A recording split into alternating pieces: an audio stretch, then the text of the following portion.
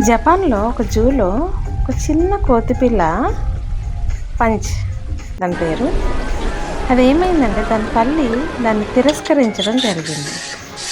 అప్పుడు ఆ జూలో ఉన్న ఒక వ్యక్తి ఏం చేశాడంటే ఒక చిన్న బొమ్మని అక్కడ పెట్టినప్పుడు ఆ చిన్న కోతిపిల్ల పంచ్ తల్లి తిరస్కరించినప్పుడు వెళ్ళి ఆ బొమ్మతో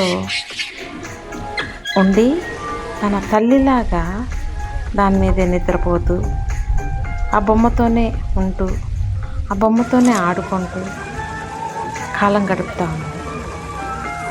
ఇదేమైందంటే ఈ తల్లి తిరస్కరించడం వల్ల ఆ బొమ్మలో తన ప్రేమను చూసుకుంటూ తన తల్లిలాగా భావిస్తూ తనతో కాలం గడుపుతూ ఉంది.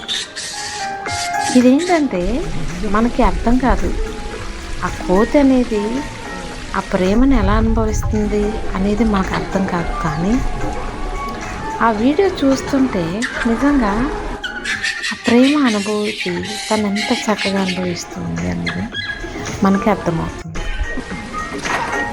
ఇక్కడే నిద్రపోతూ ఉంటుంది, ఆడుకుంటూ ఉంటుంది, చాలా సంతోషంగా ఎక్కడికి వెళ్ళినా కూడా తనతోనే తీసుకువెళ్తుంది.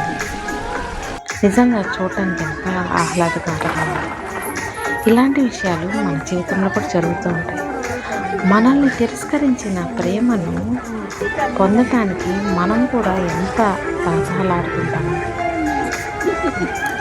మనం ప్రేమించిన వాళ్ళు మనతో లేకపోతే మనకెంత బాధ ఉంటుంది కదా. ఆ ప్రేమను పొందడానికి మనం కూడా ఎన్నో ప్రయత్నాలు చేస్తాం.